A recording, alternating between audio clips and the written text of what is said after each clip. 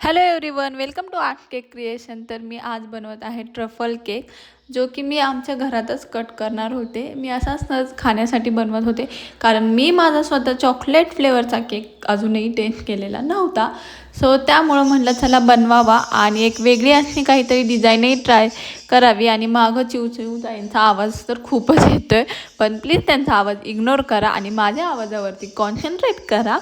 So ह्या obviously मी जो cake बनवत आहे त्याच्यासाठी केक ॲटलिस्ट 7 ते 8 तास सेट होणं खूप गरजेचं आहे.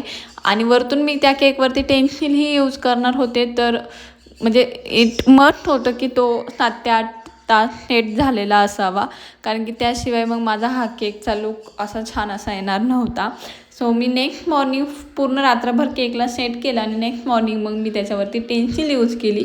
आता टेन्सिल यूज कशी करायची केकवरती ह्याचे टिप्स मी तुम्हाला एका व्हिडिओसोबत शेअर केले होते. ज्यांनी कुणी बघितली नसेल त्यांच्यासाठी मी त्या व्हिडिओची लिंक खाली मेन्शन करेल, जाऊन नक्की बघा, तुम्हाला खूप फायदेशीर ठरेल.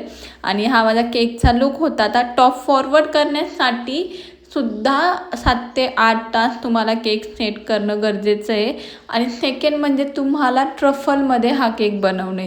आता ट्रफल म्हणजे काय हे मी तुमच्यासोबत नेक्स्ट व्हिडिओमध्ये शेअर करणार आहे, ह्या व्हिडिओमध्ये नाही. सो त्यासाठी तुम्हाला माझ्या चॅनलला सबस्क्राईब करणं खूप गरजेचं आहे, बरोबर. सो जावा आणि माझ्या चॅनलला सबस्क्राईब करा.